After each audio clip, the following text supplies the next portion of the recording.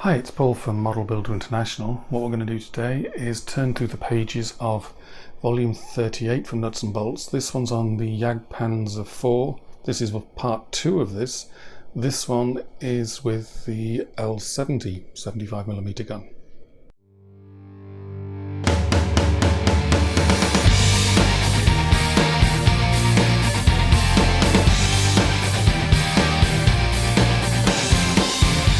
Okay, so let's have a look, see what's inside the book. So this is part 2. This is the L70 Jagdpanzer 4s. Volume 37 was the L.38 version, and that was part 2.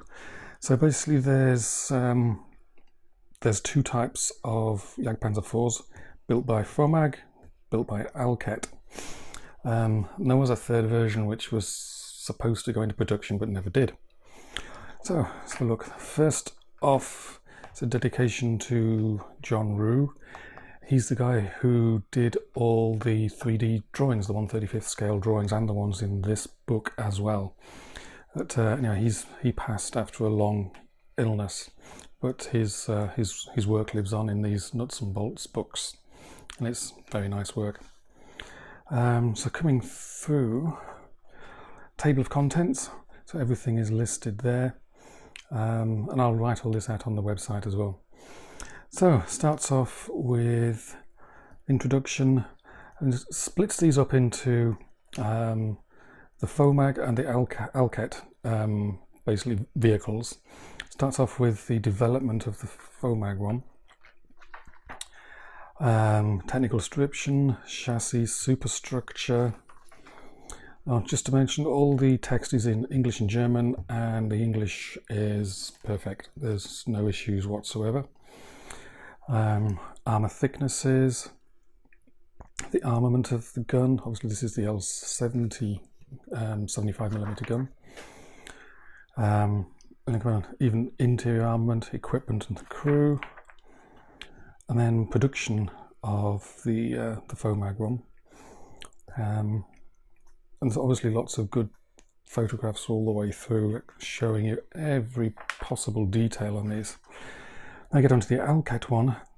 The basic difference is the FOMAG one was the original L.38 Panzer IV, essentially with a new gun in it. So the same vehicle with a new gun, it looked the same. The Alket one is basically a Panzer IV chassis with a new superstructure with the L70 gun dropped on top. So they're kind of two vehicles, but they look really similar. I'll show you the main difference when we get to it. So it goes through the trials, the superstructure, different armor weights. Let's see if I can show you the main difference between the two on this.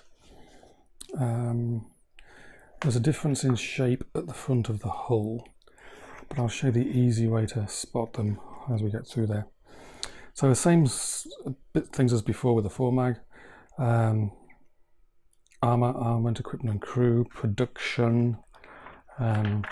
Towards the end of the war, the Allied bombing really started to cut into production, but surprisingly, it wasn't until 1945 before production really started to fall off because of Allied bombing.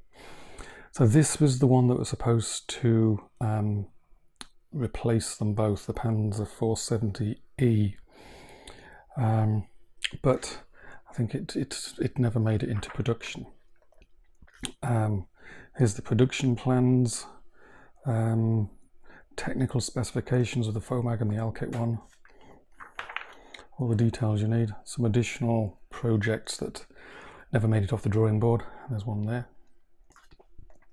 We go to tables of organisation equipment. Basically, in a Jagdpanzer or Jagdpanzer company, how many vehicles and a command vehicle as well were in each one, and it varied. It changed. Was it January?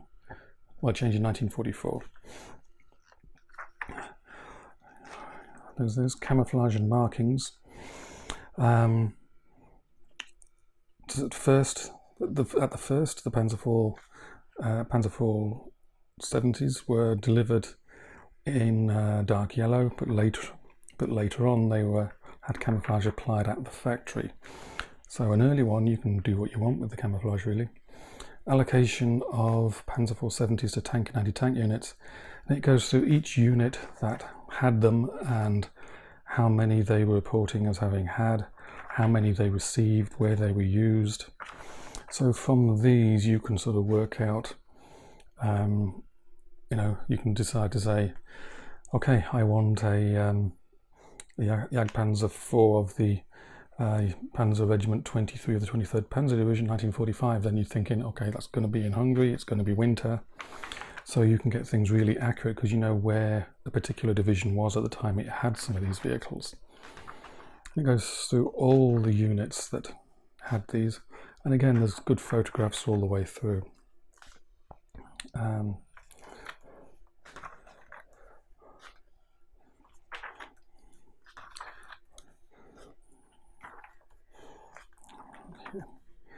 All the way through. Right, here we get allocation of Panzer 470s to the troops.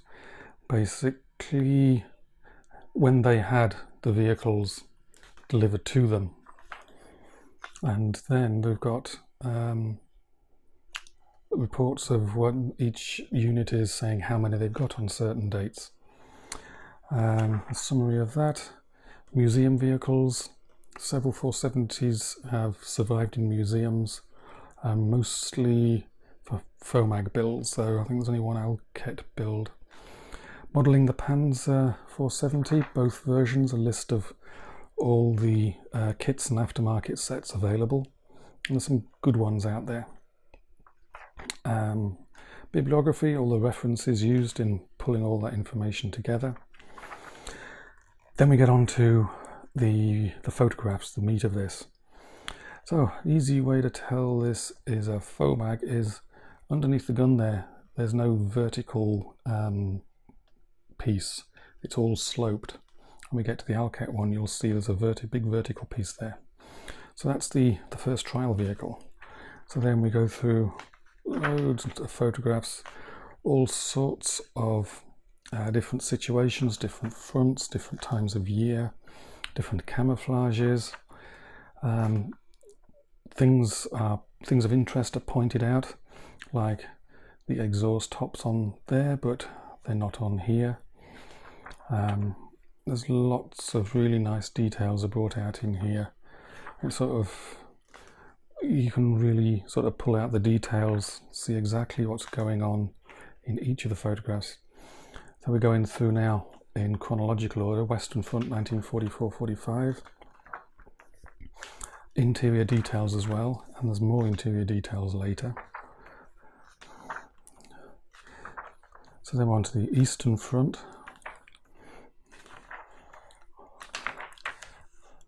And again, there's so many really good photographs. That was captured by the Russian troops, handed over to the Bulgarian army, and it was used in the Bulgarian army until 1947. Now it's in a museum. It's one of the survivors. You see that vertical metal face there? That tells you that this is an Alket build. Basically, it's a Panzer IV chassis with the superstructure dropped on it. So then, halfway through the build, they used to come out of the factory with the 5mm side plates. This photo was taken from a report in May 1943 where they realised that if you swap the 5mm plates for mesh with made of wire of diameter 6mm, it works exactly the same as the plates, except weighs half as much and uses half as much metal. So later in the war, the late productions, you'll see there's a mesh on the side. But either way, on the Alket ones, it was a pain because you had to take these off to refuel the vehicle on the left-hand side. So, more Alket builds, basically the start of them. A technical view showing you good details and things of interest. Now onto the Western Front. Lots of really good photographs. The captions, as I said, are really good. They give you whens, wheres, and show you some details. You can also see exactly how the vehicle's weathered, where dirt stuck to things that had scratches and scrapes, where the crews attached camouflage. Then we come on to the 1/35th scale diagrams done by John Rue. These are really useful. I've used these before in another book for finding out exactly, in the case I used it, exactly where a shovel was placed, because on the kit it wasn't too obvious exactly where it's supposed to go, so I came in here and looked at this and worked it out. It gives you all the various views you might need to work out what's going on. There's the command tank where the aerials are fitted. This is what they look like, the FOMAG looked like from the late production. The Alcat first trial vehicle, series production from October 44. You see the mesh side skirts. This is what the Panzer 470E was going to look like, but obviously never produced. Some finer details about certain things. The side skirt holders changed, toe coupling changed at a certain point. And we get on to colour plates.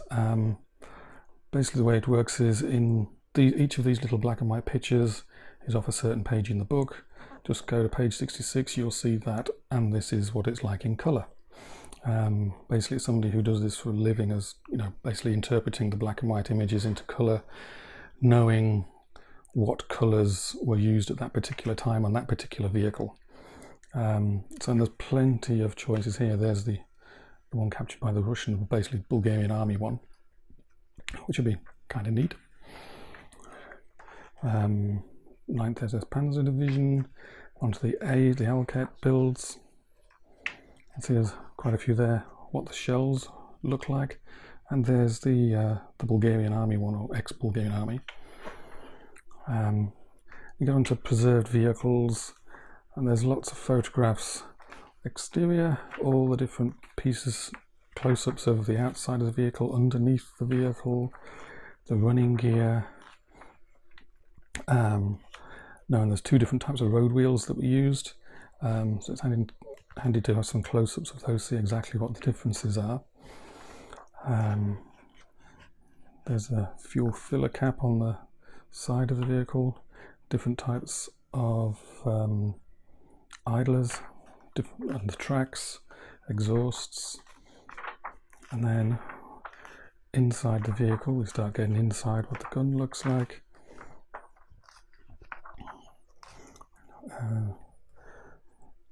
Imaging, basically everything you can think of. Lights, and then there's tools on the top. So basically it's engine, gearbox, more interior details. Oops.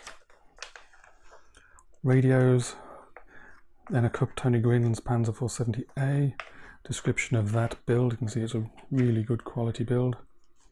And then the last one is a FOMAG build at the end. You can see there that's got a sloped, everything is sloped. Let's see if I can see one on here. Whereas this one, there's a vertical piece just there. Is it visible? No. So, and that's it, volume 38. It's perfect complement to volume 37. If you're building an L70 Jagdpanzer 4, everything you could possibly need to know is inside this book. So many thanks to Heiner at Nuts and Bolts for sending it along for us to have a look at. Don't forget to subscribe to the video channel.